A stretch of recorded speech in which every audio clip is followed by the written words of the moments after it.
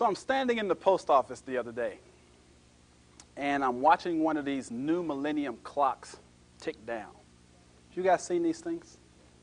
It tells you exactly how many months, how many weeks, how many days, how many hours, how many minutes, and how many seconds there are until the new millennium. And so I'm standing there looking at this thing, and all of a sudden it hit me. I said, no wonder these postal employees are so stressed. Because it looked like a bomb. It looked like a bomb counting down, and I'm thinking, I wonder if management realizes that this problem is not having a good effect on morale. Because, I mean, just think about it. You're watching this thing every day, just tick, tick, tick, tick, tick, tick. Have you seen these things? And it's like, I became afraid, thinking, oh my gosh, what's going to happen when it stops? And so that sort of got me thinking about this whole new millennium thing. And so my conclusion is that the overwhelming majority of people, the feeling that they have about the new millennium is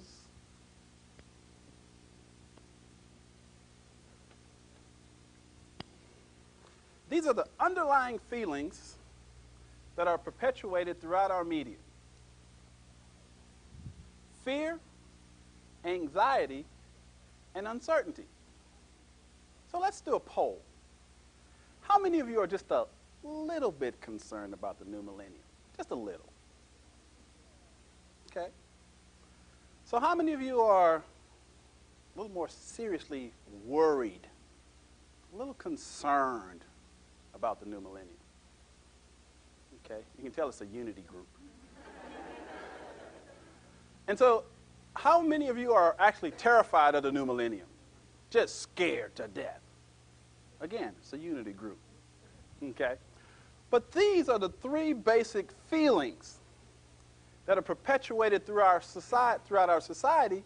And I say, when we get to the root of where those feelings come from, then we're ready to embrace the possibilities of a new millennium. So let's talk about some of the things that are creating these feelings of fear. Y2K, right? How many of you are sick and tired of hearing about Y2K? Just sick and tired of somebody please do something about this Y2K. Now, I love computers. Okay, and as a computer lover, I know that there are some issues that we might want to really think about and look into. But for the most part, I think this thing is blown way out of proportion. Again, this is Michael Taylor's opinion. I'm entitled. I'm sharing my opinion with you. But that's one of the things that's creating the fear, anxiety, and uncertainty in our society. Right? Everybody agree with that? Okay. Let's look at another one. That's creating a bunch of fear, anxiety, and uncertainty in our society. Ooh, there's a big one. Racism. What do you feel when I say that? Notice how I got real quiet. Did you notice that? Because internally we know that we're all connected, that we're all one, but our media keeps perpetuating this idea that we're different and separate. And so internally we know that's not right. But sometimes we're afraid to express how we really feel about it. And so we have the fear, anxiety, and uncertainty. Now, does racism exist? Absolutely. Everyone knows that. We're not in denial here.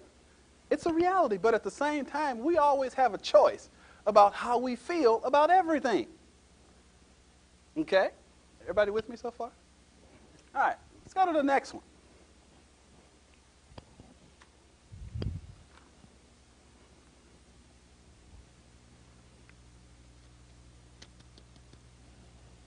Violence.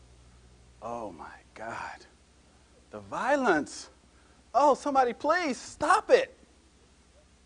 The violence. We see it every time we turn on the television. Every time we listen to the radio, there's something bad out there happening. So what do you think the end result feeling is? Right? And last but definitely not least, and this is probably one that's creating a lot of anxiety for lots and lots of folks, except Unity people.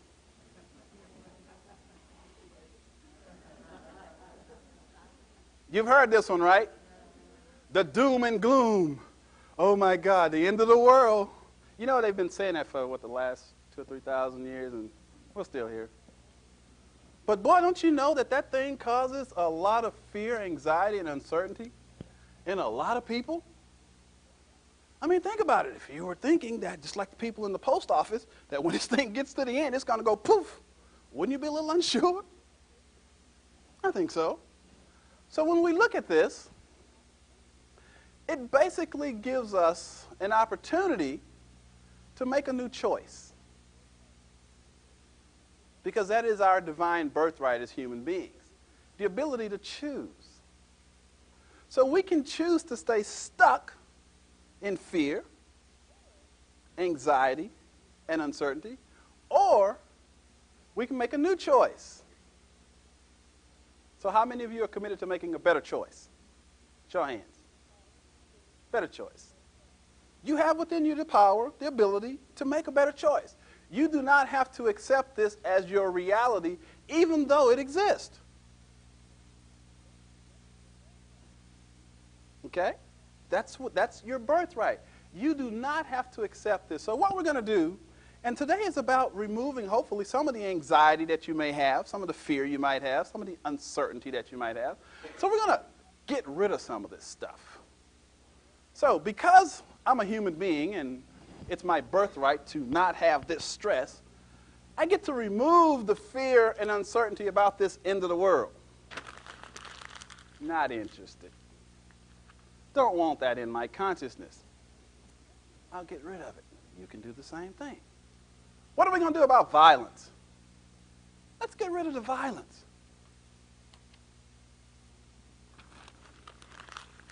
Feel better?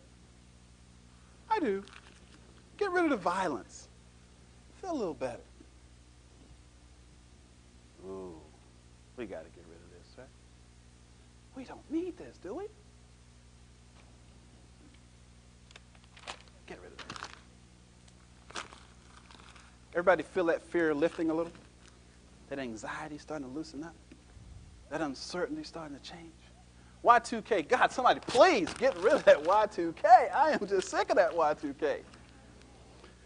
And so we have this fear, anxiety, and uncertainty. We don't believe in that here at Unity, in case you're not familiar with our beliefs. So what kind of choices can we make? We can make better choices. So let's make some new choices. I need a couple of volunteers, please. 5 to be exact. May I have some volunteers? This is my sweetheart, Betty Ann. Come on, Betty Ann. How you doing? Oh, great. This is my sweetie. I'm so glad you're here. This is my sweetie. I need a couple more. Come on, Billy. Come on up here. Come on, Renee. I need 2 more. I need a guy. There you go. I need a guy. Rebecca, how are you? Nice to meet you. Okay. Now guess what? We have within us the ability to make a new choice. So each of these persons is going to represent a new choice. And they're going to show you, and they're going to walk around with these new choices. Now I want you to just think about what these choices mean to you. So, Les, how are you? Sir, fine, thank you. Knowing that you have the choice to not be stuck in fear, anxiety, and uncertainty, I want you to make a new choice. And your choice is going to be, show the audience. Joy. He's going to choose joy. Now, does that feel better than, feels a little better? Renee, I want you to choose abundance. Now, when we talk about abundance, we're talking monetary abundance, emotional abundance, spiritual abundance. We can choose. Betty Ann. Fun. We can choose fun if we want to. Guys, you got to get this. We need to relax. Okay? We're wound up way, way, way too tight. We need to have some fun. So we definitely need to add some fun, right? Rebecca. Inner peace. You can choose to experience inner peace. It's your choice. And Billy, my buddy. Connection. What do I mean when I say connection? That means that we embrace each other. We embrace our spiritual selves, our emotional selves, our intellectual selves, our physical selves, and we understand that we're all in this together, and there is one source that we're all connected to. So just for a moment, I just want you to walk around and just hold up your sign. And what this is going to do is create a new level of energy. Okay, so just walk around and just hold your sign up. There you go. And you have to choose, each one of you in the audience, you need to choose, and you don't have to just choose one, but whichever one resonates for you. Okay? You get to make a new choice. So just imagine what would happen in our society if everyone decided to represent these feelings, because that's what they are. They're just feelings, internal feelings. Okay? And so you get to choose. You get to choose. Okay, everybody feel that new energy? A little lighter. Okay? All right, guys, I appreciate that. If you'll just bring that back to me. Fun, joy, connection, abundance, inner peace. These are all available to each and every one of us. But the key is we have to stop looking out there. We have to be willing to go in here and in here. And so today we're going to talk about some ways to do that. So you guys having fun yet? Good, good, good, good, good. So I have a gift. You guys like gifts? I have a gift. A gift for each and every one of you. And Betty Ann, if I could, please, if you will start on that side and pass these out. And Renee, if you'll start on this side and pass them out. Now, my request is that everyone be quiet as they're reading this gift. And just be with it for a moment, because this gift, I guarantee you, this gift contains everything that I'm talking about today. And you get to take this home with you and refer back to it and hopefully put you back in the feeling space of the joy, the fun, the abundance, the inner peace, and the connection. And so just read the cartoon, or the gift, shall I say, and then we're going to sort of go over it. Make sure everyone has a copy.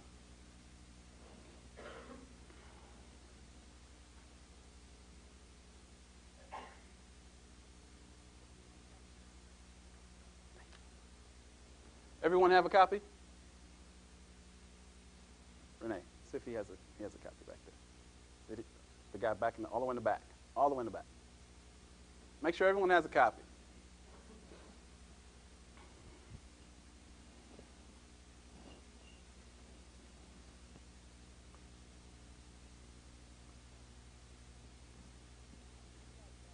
Everyone has a copy? How many of you like Calvin and Hobbes? I love Calvin and Hobbes. For those of you who aren't familiar with Calvin and Hobbes, and specifically people that may be watching this video and they go, who the heck is Calvin and Hobbes? Calvin and Hobbes is just a little guy with this wild imagination. And he's got this sidekick, which is this imaginary tiger that he goes on these incredible adventures with. And so how many of you know that divine insight comes from very simple things? You ever notice that? I mean, some things that are so simple that can literally shift your life completely. Completely. When I read this cartoon, I literally cracked up, first of all, but then I really got it about what it meant. So how many of you get it, what it's saying? I mean, really get what it's saying? We're going to go over it. Because This cartoon is saying everything that I'm saying this evening. Everything that I'm saying is right here in this cartoon. So I'm going to read it because it's one of my favorites. I actually have a color one, a big one, that I'm actually hanging in my office. It's pretty cool. It's just great. But Calvin says, wow, it really snowed last night. Isn't it wonderful? And Hobbes says, everything familiar has disappeared. The whole world looks brand new. And Calvin says, a new year, a fresh, clean start. It's like having a big white sheet of paper to draw on. A day full of possibilities. And then he says, it's a magical world, Hobbes, old buddy. And he says, let's go exploring. Wow. Today is about exploring.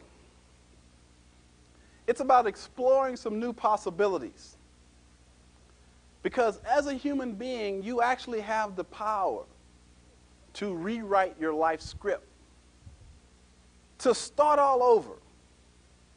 Some of you may be going through some difficult times right now, and it may be kind of dark. And for me to say, what do you mean, paint my life on a white sheet of paper? You don't understand what I'm going through. Let me just sort of share with you some things that have happened to me that supports my belief in that the universe will support you if you choose to paint a new picture. You see, a few years ago, I was living the American dream. I had made it. And all of a sudden, that dream turned into a nightmare.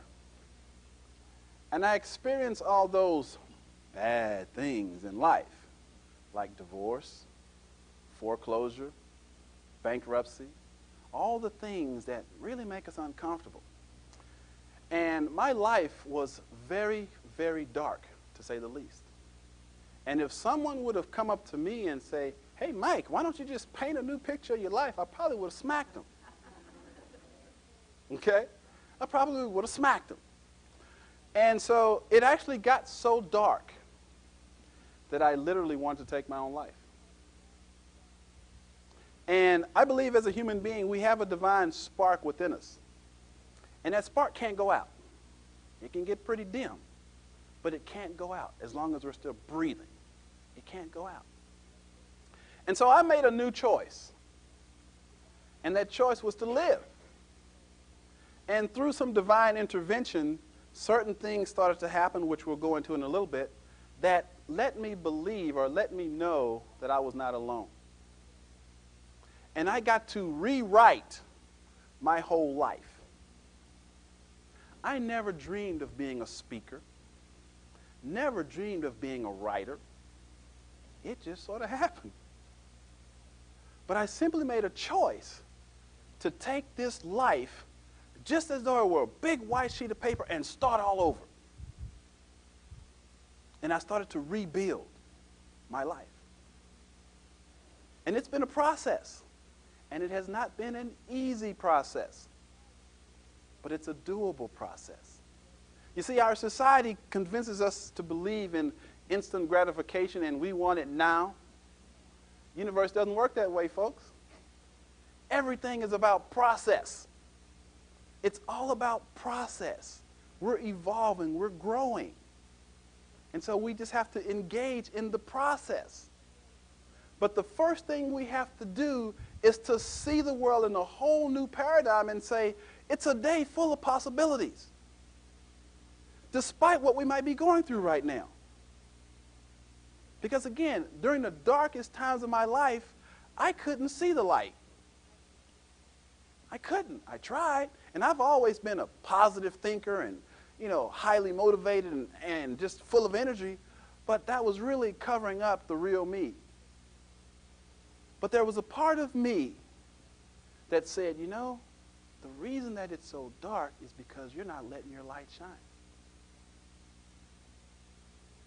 The reason your life is so dark, the reason you can't see, is because you're not doing what you were put here to do.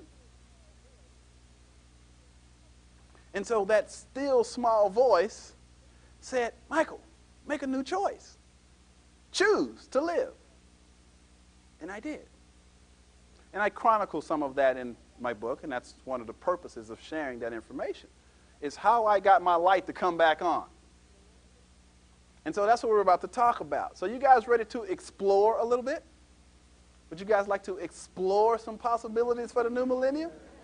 There you go. So what we're going to talk about is what I call 5 keys. Now, how many of you have ever read a book or gone to a seminar and someone promised to share some secrets with you? And you get there and you go, been there, done that. There are no secrets in the universe. You know what? Everything that I'm saying today, it's been said by somebody else.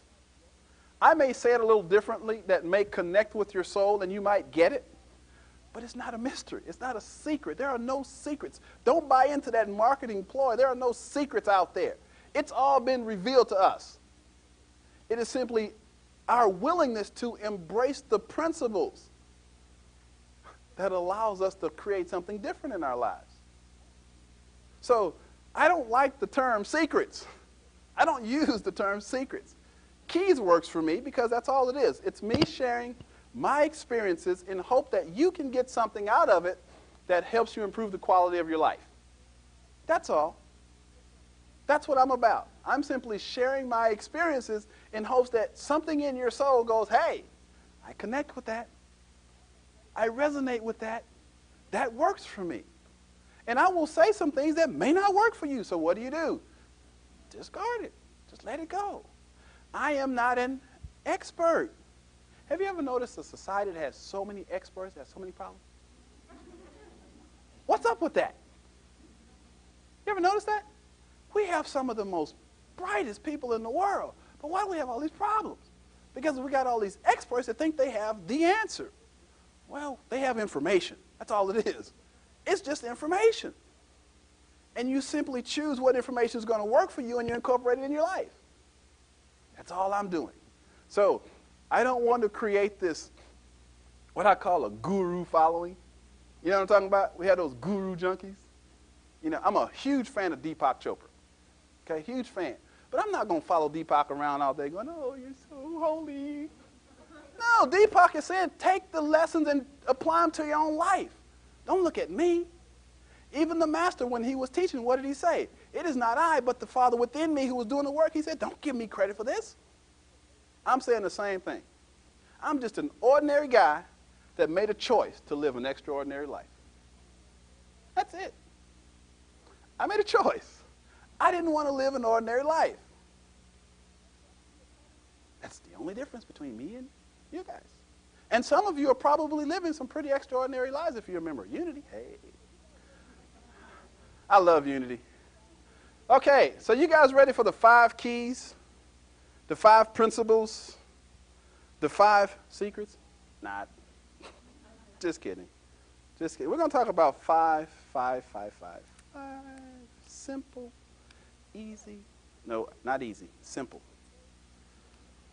So, the first principle, the first key to embracing the possibility and creating a spectacular life for the new millennium is to thine own self be true.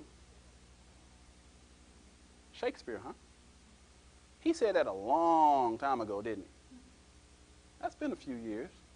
So is it a secret? Nah. But let's get a little clarification. Let's get some clarity on what this means to me. What do you think of when I say to thine own self? What comes to mind when I say self? Somebody raise their hand if you want to answer. When I say self, what am I talking about? You? You? Who are you? Okay, you have to know who you are first. Okay, so here's something.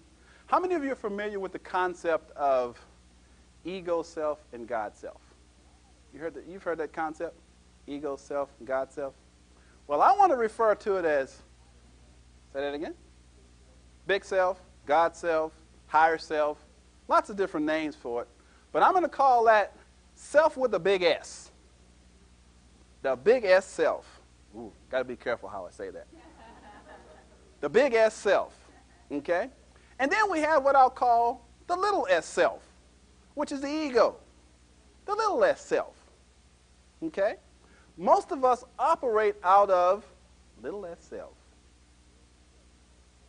When we stay stuck in little s self, then we are trapped by limitations because we think that there's nothing there to assist us.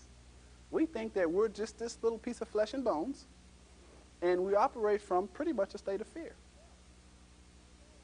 If we get to the big S self, oh boy, when we connect to our own self, the real us, the divine part of us, guess what happens? Miracles. And so all these guys that you spend all this money to listen to their tapes and read their books and go to their seminars, the only difference between them and you is that they have connected to this with the big S. The big S self. I like saying that. The big S self. So, before we do anything else, we have to connect to the big S self. Know who we are. Become fully self-expressed. We've got to put the ego to sleep, let the divine self stand up, and just watch what happens. So how do we get to the big S self? There's the stretch. How do we get to the big S self? We got to be willing to do a little work. And unfortunately, it is the fact that we have to do that work that most people don't find or connect to the big S self. Because it takes effort. It takes a lot of effort. And I believe personally that the only way to get to the big S self is to do your emotional healing work. It's my belief. Michael Taylor's belief. I'm not an expert. My opinion. My own experience. And when I say your emotional healing work, what am I talking about there? Well, I believe that when we experience all of that emotional pain and trauma from very early, and we hold all that in, it covers up the big S self. And we operate from the little s self, and we don't know how to really express who we are because it's been beaten out of us almost. And when we do the healing work, when we become committed to our own healing process, we open an entire new door of possibilities because we connect to the big S self.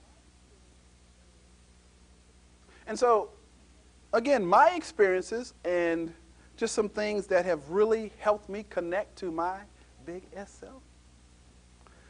I'm a huge advocate of John Bradshaw's work, personally, because most of my life I have been a very highly motivated, pretty successful, ambitious kind of guy.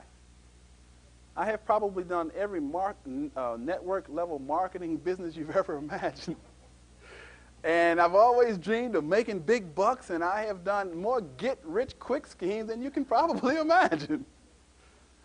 But I was forced, because of my divorce and all of those dark nights of my soul, I was forced to go a little bit deeper.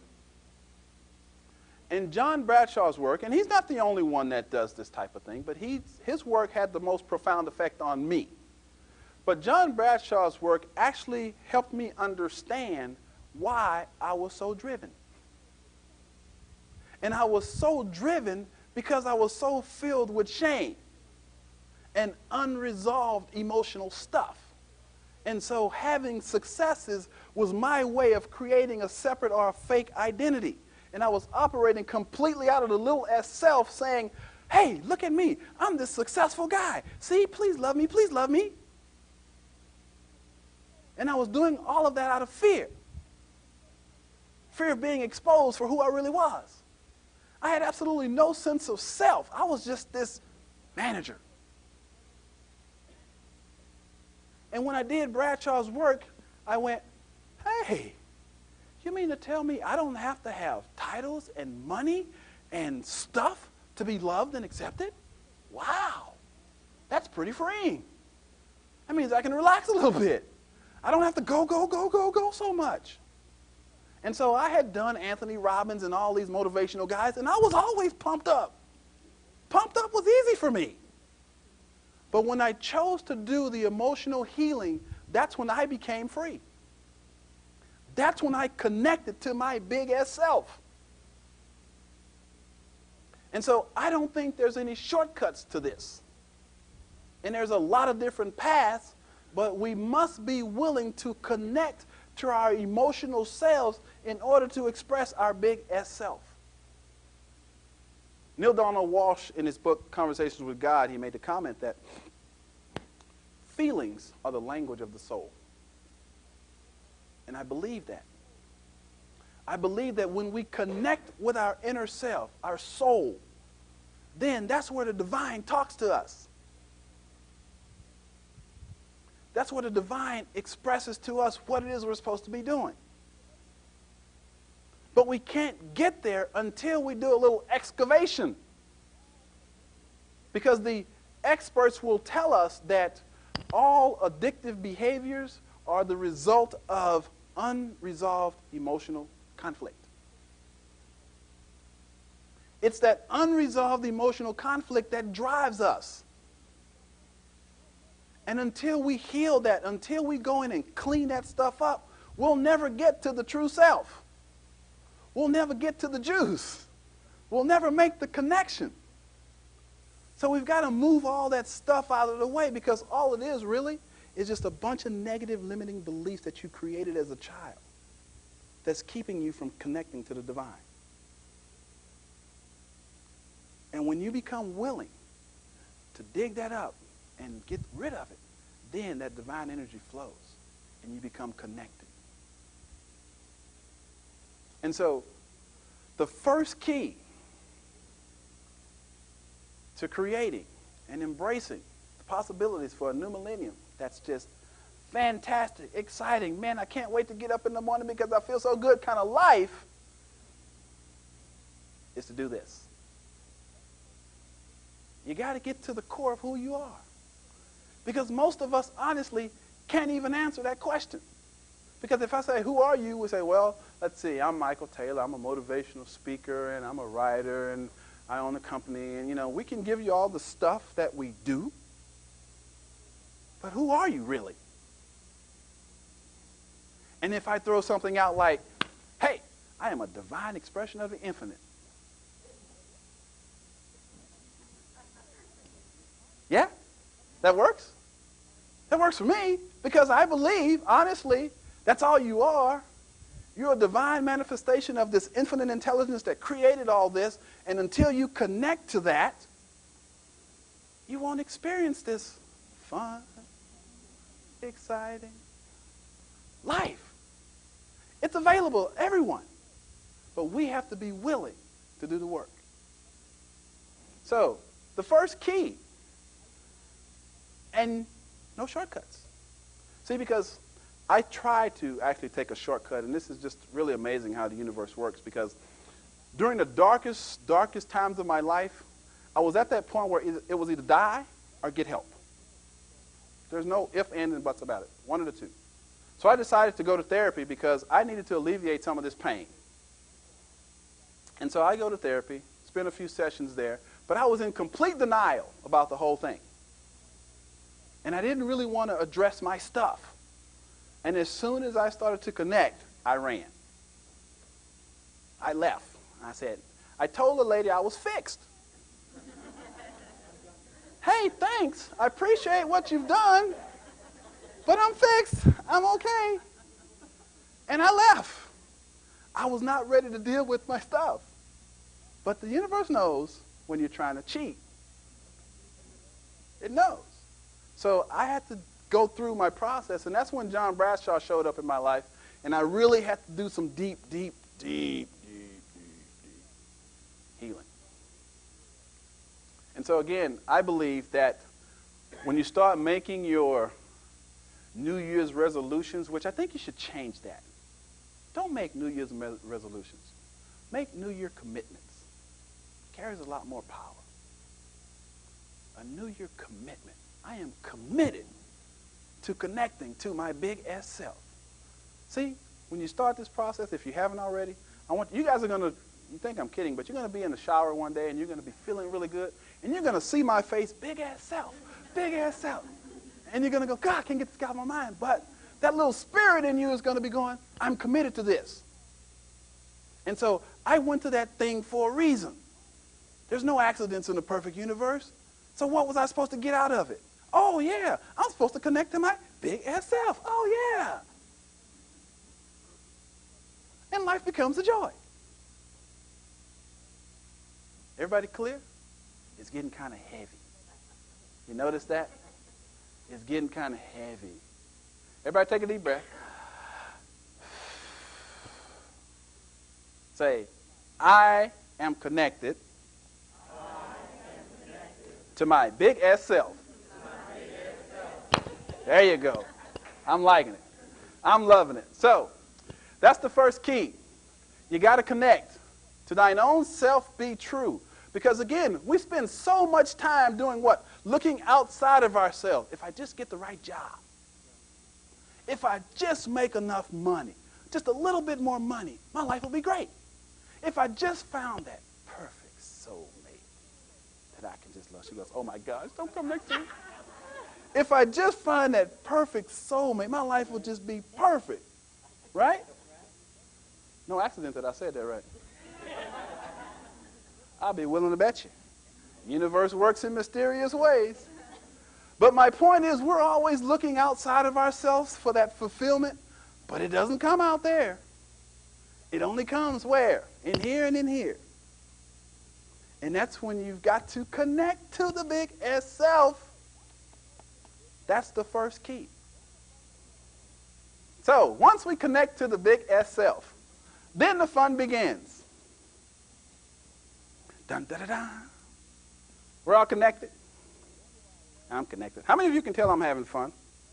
Can you tell? I wonder why that is. I must be connected to that big S self or something. All right, key number 2. In order to embrace the possibilities of a fantastic millennium where you get up in the morning going, oh, I love life, let's run and do something, you got to connect to your source. What does that mean? Connect to your source. Sounds like one of those new agey, touchy-feely kind of woo things. What does that mean? Connect to your source. Well, let me give you Michael Taylor's perception of that. I believe, personally, that there is an infinite intelligence, a divine intelligence that created this whole thing. It set it all in motion. And you can call it God, you can call it Spirit, you can call it Yahweh, you can call it your Bigfoot. I really don't care. But you got to connect to it, whatever it is. Okay? If you choose to do your emotional healing work, I guarantee you, you will be guided to do this next. Okay? I guarantee you, it never fails. When you connect to your source is actually this. The big S self is actually your source. It is actually the God within you wanting to express. And when you connect to that, guess what happens? Magic. Ta-da. The master said, seek ye first the kingdom of what? And where was this kingdom located? In you. How many times do we have to say that? We still looking out there for this kingdom, and he told us where it was located. So when we connect to our source, then we gain personal power. But how do you do that? You ever go to these seminars and you listen to these people and they tell you all these wonderful things, but they don't tell you how to do it? No, you just go, okay, it sounds good, but how do you do it? You just want to know, how do you do it? Okay, I'm going to tell you my way of doing it, and I'm not saying it's the only way. But I say, to me, the most powerful way to connect to your source is through the process of meditation. Now, meditation has that new agey ooh kind of stuff, and us Westerners, you know, we're still trying to get used to that. But have you noticed that in every single religion, there's one constant: prayer and meditation. You think that's by accident? No. No. The universe set it up that way. We were told to be still and what? And know that I am God. be still and know. So God's saying to us, quiet the mind, get all that chitter chatter out of the way, and let me talk to you.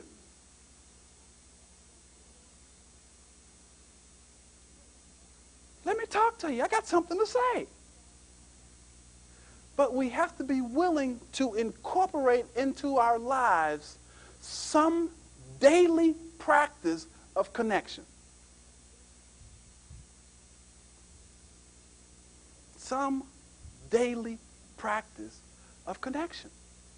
And there are a million ways to meditate. There are no right or wrong ways to do this. But you got to give it a try. Now, let me just share my first experience with meditation. I'll never forget it. I remember this as though yesterday. I didn't have a car, didn't even have a real place to live. I had a bicycle for transportation. And I was living down in the Montrose area, and I had just found Unity Church. And I would ride my bike to Unity. And so they had a 12 o'clock meditation service in the chapel. And I was trying to connect. And I was really a little angry at God because I had been doing this for a couple of years, and it seemed like my life wasn't getting any better. Anybody have that experience? Like you make the commitment to God and your life gets worse. And you go, what's up with that? You know, it's like, God, wait. I'm trying to follow this thing. I'm really committed, which we really aren't most of the time. But I'm really committed, so can you just maybe source me over a little abundance right now? Like help me pay this light bill or, you know? So anyway, I come to the chapel, and I'm sitting there, and I said, okay, so maybe that's what's missing. Maybe I don't know how to meditate, so maybe if I learn how to meditate, I can get this thing right. So I'm sitting in the chapel, and the guy said, close your eyes. Made me real uncomfortable. Close your eyes. You can tell the people with control issues over. It's like, close your eyes, and you go. Anybody go to a meditation service and they say close your eyes and you're kind of looking around, seeing what everybody else is doing? You know, am I doing this right? So I'm sitting there in the chapel, and I close my eyes, and I take a deep breath, and there's this voice in my head, and it is loud, real loud. It goes, this is stupid. What are you doing? You become one of those new ager guys. You know, and I mean, my mind was just going nuts. And so I tried it, and it didn't seem to work, and I thought, oh, man, this is useless. What am I doing? And I read a book. I don't remember what it was, but it said, learning to meditate is like training a puppy. You ever notice you get a little puppy, and you try to teach it how to poop in one spot? You know? And it just runs all over the place. It's got all this energy, and it's just bouncing all over the place. And you're trying to train it to just stay right here. And as soon as you put it there and walk away, what does it do? It runs and it follows. You know, and it's just running crazy. And finally, though, you keep at it, and finally he does what he's supposed to do, where he's supposed to do it. The mind's the same way. When you first begin this process of trying to slow it down, it's going to run in a million different directions. It's going to feel goofy, uncomfortable, silly, stupid, you name it. But all that is the little S self fighting against you connecting with the big S self. That's all it is. It's the little S self going, no, that's uncomfortable. That means you're going to grow some. And the ego doesn't like to grow. It likes keeping you stuck. And so it's going to do everything in its power to keep you from connecting to the big S self. And so you've got this conflict going on. You got the big S self going, shine, baby, shine. And you got the little S self saying, play it safe. Play it safe. So what we have to be willing to do is find something that works for you. But consistency is the key. You have to be willing to invest some time and energy into doing this and make it a priority in your life. Just like going to the bathroom. It's that important, I believe. It's that important. To me, that is the absolute best way to connect to your source. You don't need this structure called religion to connect to your source. What you need is an open mind and an open heart and a commitment to having it happen. Now, our religious institutions serve a purpose. And I truly support every religious organization that's out there. They all have different methods of doing things, but they're all going to the same place, I believe. They're all going to the same place. But connecting to spirit, connecting to your divine self has nothing to do with a building. It has everything with you. It has everything to do with you connecting to who you really are.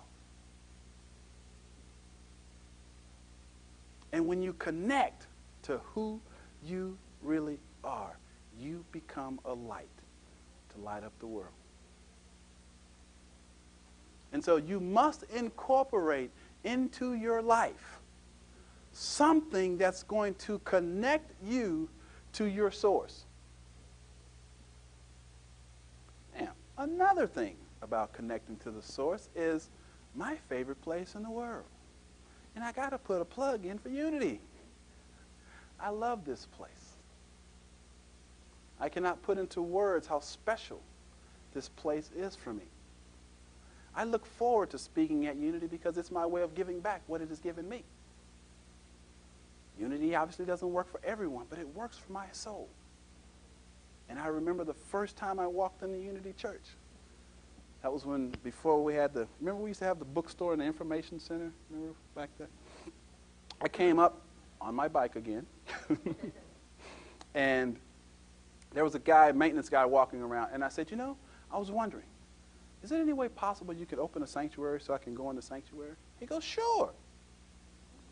So he unlocks the door, and I walk into the sanctuary, and my life was a mess. To be honest, it was a mess. So I sat down, and I started talking literally to that statue of Jesus like this. I started having this conversation. I said, God, now wait a minute. I'm trying real hard, but why isn't things working? What's going on? And Unity teaches us that there is always something good. Always something good. Because if God is good, then that's all it can give us, something good. And so we may perceive it as bad or painful or hurtful, but that doesn't necessarily mean that's what it is. So how many of you have ever had what we'll call a bad experience, and then you look back in retrospect and you go, man, that was the best thing ever happened to me? My divorce. And I don't say that because of the relationship, but to be honest, my divorce was the best thing that ever happened to me because for the first time in my life, I had to stop looking out there, and I had to start looking in here. And so, yes, it was the best thing. But again, I'm sitting in the church, and you know how you have all that old teaching come up, like the Baptist teaching? And you're trying to incorporate some of these new ideas, and your mind is like, you're not supposed to be doing that. You're going to burn in hell for that. That's not the way you're supposed to be. You know what I'm talking about? That conversation that you gotta, what Unity calls, what do they call that? What do you call it? Chattering? No, there's chemicalization. That's the term. Chemicalization is the process of taking all the old beliefs out of your head, moving them aside, and putting in new beliefs. That's the process of chemicalization. Okay, and so you got to struggle with that, right? Because you're trying to accept these new ideas, and your heart's going, man, that really feels right. But then you got that other voice going, bad, bad.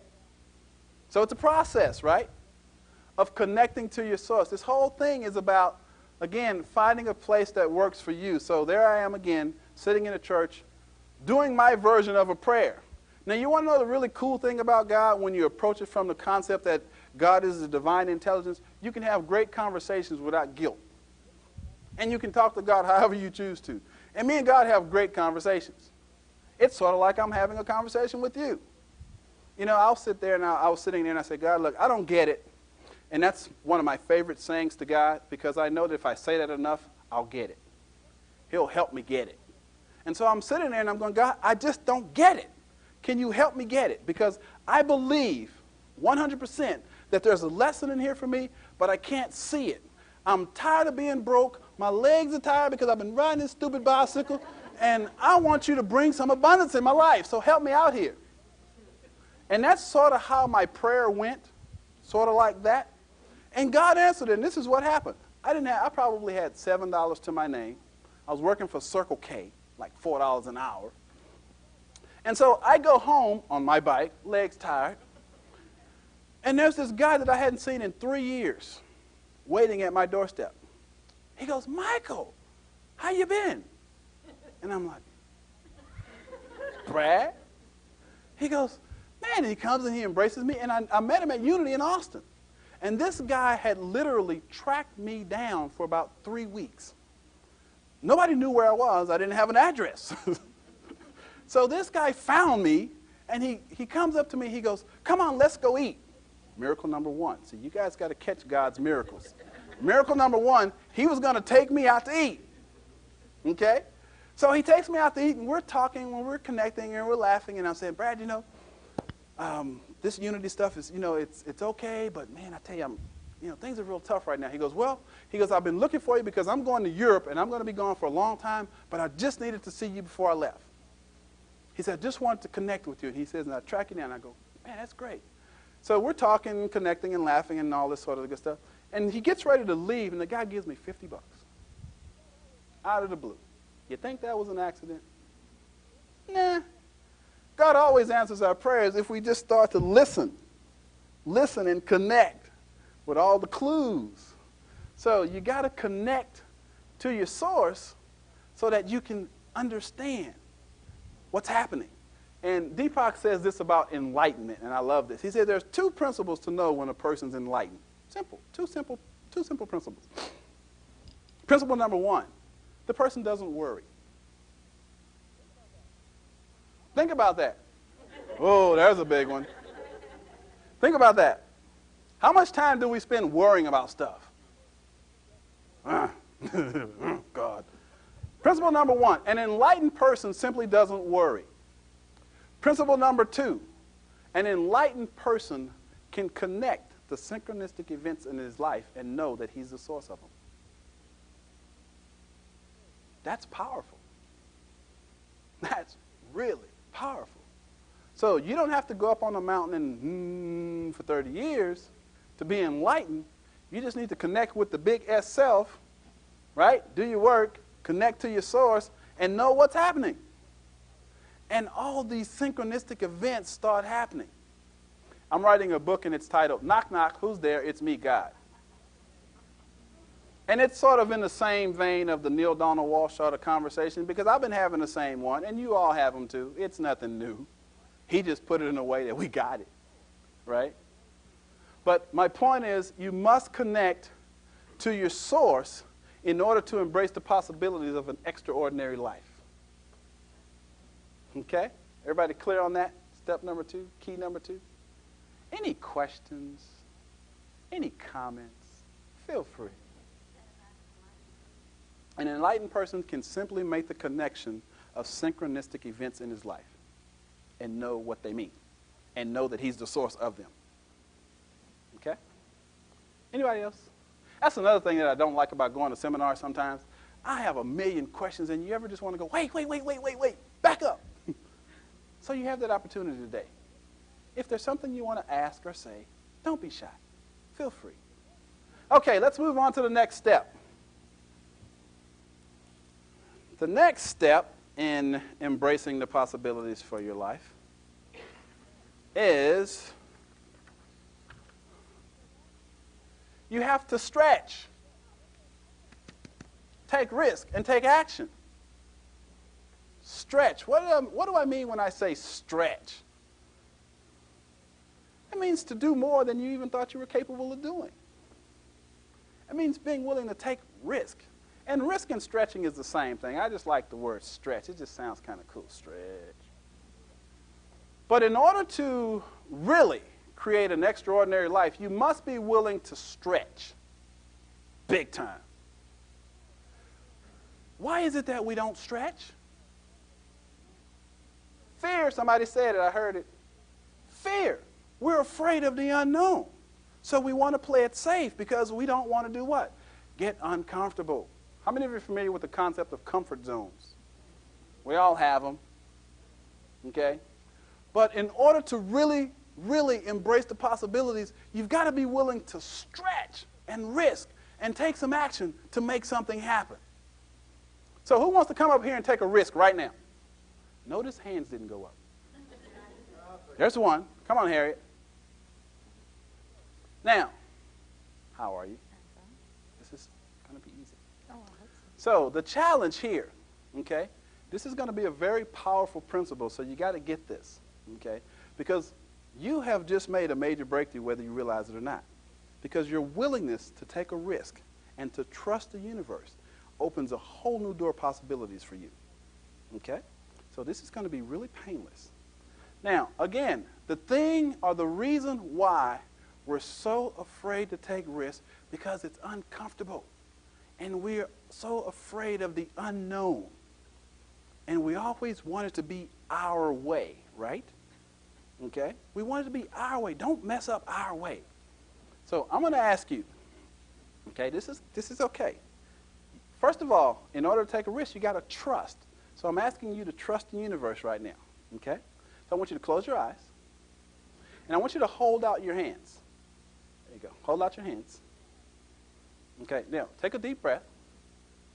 Now, without opening your eyes, sort of tell me what's going on inside. What are you feeling? A little nervous? See, here's another unity person. Reality. So, divine order. I love these unity people. Okay, so again, she is open and receptive to the universe right now. Okay, she's taking a risk. She has no idea what to expect. And for most people, except us unitics, of course, this not knowing is very scary, right? It's scary. I mean, you're putting yourself out there like, oh my gosh, what do I expect? So here's the way the universe works. Divine principle. This is a divine principle. She took a risk. She stretched, okay? She got out of her comfort zone. She was willing to come up in front of everyone. And now watch how the universe works.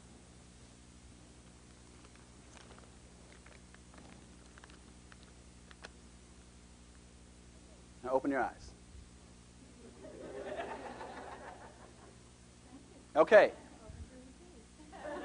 That is the absolute point that I'm making here. As soon as you become willing to take a risk, trust the universe, you will always be rewarded in some way. Thank you, Harriet. Let's give her a big round of applause. That's yours. That's yours. So the point of that is most of us are so stuck in our fear, we don't take risk. We don't stretch. And if we don't risk and don't stretch, guess what? You won't receive the universe's reward. The universe will always support you when you become willing to stretch and take risk. It wants you to do that. It wants you to get out of your comfort zones and do more. And the way to do that is to connect to the big self. Now notice she said she felt connected. When I do that in a business setting, you should see some of these folks. They're like, what are you going to do? What are you going to do? Oh my gosh, oh my God. You know, there's all that fear. And that's the way most people feel. But when we connect and we become centered, we trust. We trust that the universe is going to reward us in some way. You get that? Powerful, powerful lesson. Powerful, powerful lesson. So who wants to take another risk? Let me get this guy right here. Come on up, Wade. Yeah.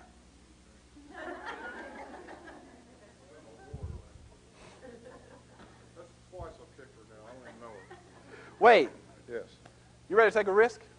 Yes, I guess. Now notice, when I say risk, there's all types of risk, okay? There's financial risk, emotional risk, physical risk, and there's all types of risk. But I'm going to ask you for a very simple risk. This is real easy. May I give you a hug? Yeah. It's a nice, friendly hug. Thank you. Never get enough hugs. Never get enough hugs. Never get enough Now, hugs. again, a risk does not necessarily have to be something that's financial. When two people can really connect honestly and openly and embrace each other and understand the oneness, that can be a major risk for some people, but the reward is closeness. You got it? Thank you, Wade. Everybody get Wade. There you go. Looking for some money. My money, man. I was looking for my money. Okay. So, you got to stretch, you got to risk, and you got to take action. That's step number 3. Say that again? Absolutely. Absolutely. Be proactive, not reactive. Proactivity has power in it. Number 4.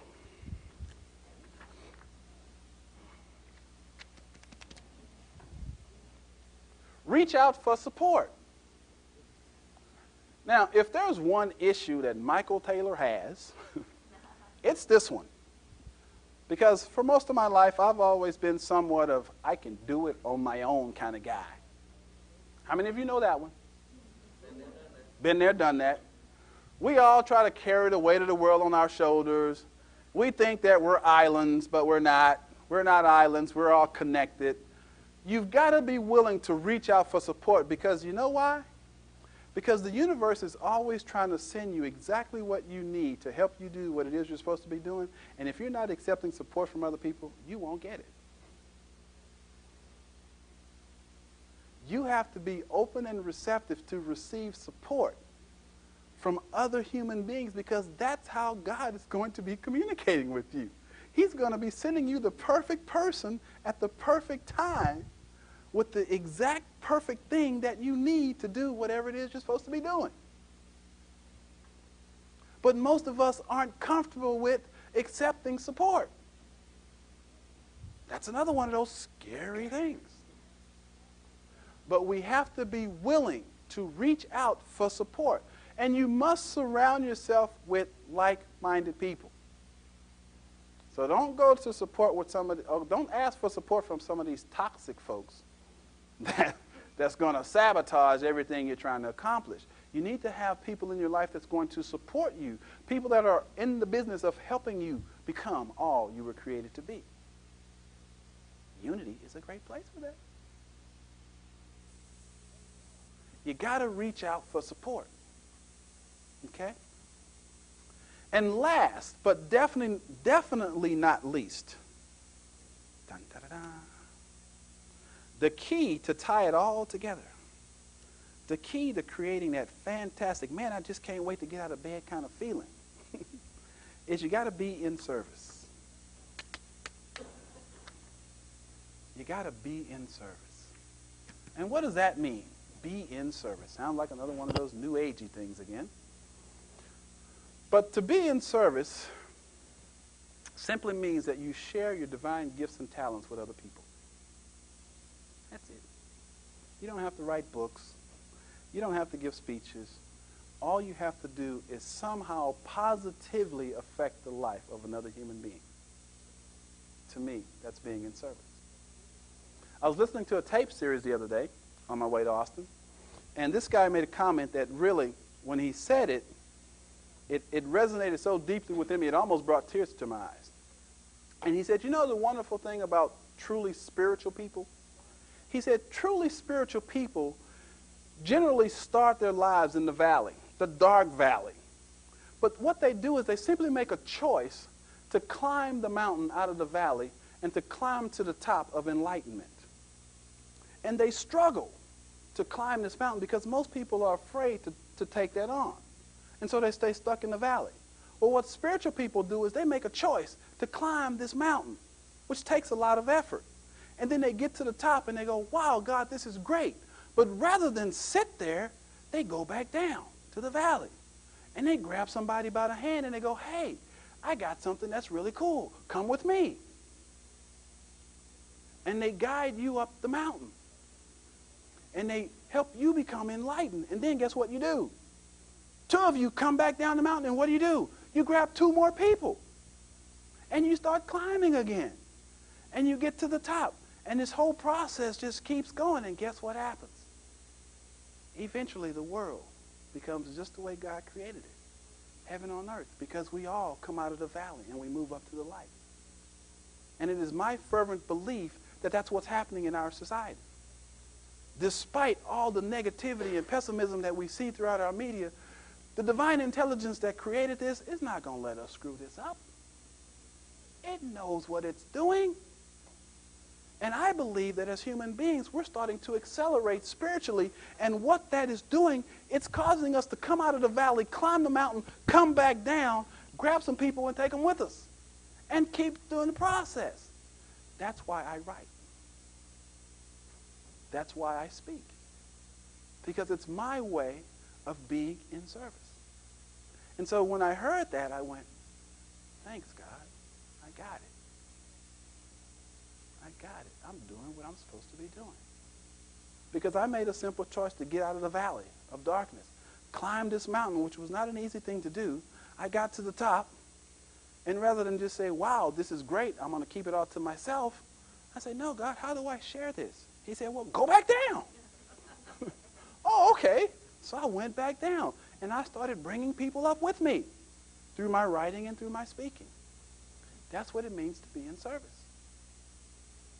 Being in service also means having great relationships. Having great relationships, I think, is God's way of smiling on the world when we can really connect with each other. That's the whole point of it all, I believe. So there you have it. 5 keys to having a new conversation about the new millennium. And so we're going to stay with all the fun, inner peace, connection, joy, and abundance, right? And we're going to create a new world. We're all participants in this, whether you realize it or not. We're all participating in the process. But you get to do it consciously, or you get to do it unconsciously. Choose to do it consciously. So I want to close with one of my favorite little stories. And you've probably heard it, but it's just one of my favorite. And it speaks of divine truth. And it goes that God's sitting up in the clouds one day, and he's looking down on earth, and he's looking at all the human beings, and he goes, wow, I did a great job. I'm really proud of these things I call human beings. So he said, you know, I want to do something really special for these beings. I want to do something really special. So he calls his angels together. He goes, you know what? I want to give these human beings something that I didn't give any other creature. I want to give them a part of me. And he says, but I don't want to just give it to them. I want to make them earn it so that they'll appreciate it. So he says, so angels, where do you think I should put it so that it takes a little effort for them to find it? And one of the angels says, well, why not put it on top of a mountain? And God goes, nah, that's too easy, because I gave humans courage. And surely they'll be courageous enough to climb to the top of the mountain and find it. That would be too easy. And so one of the angels says, well, why not put it at the bottom of the sea? And he goes, nah, that would be too easy, because I gave them intelligence. Surely they will figure out a way to get to the bottom of the ocean and find it. That would be too easy. And then one angel said, I know the perfect place to put it, where they'll never look. And God says, where? He says, put it inside of them. Surely that will be the last place they will ever look. And God said, let it be so. And so that divine spark is the big S self. It is your gift. There's a spark of divinity in each and every one of you. You simply have to embrace that, accept it, and let your big S self shine. God bless you.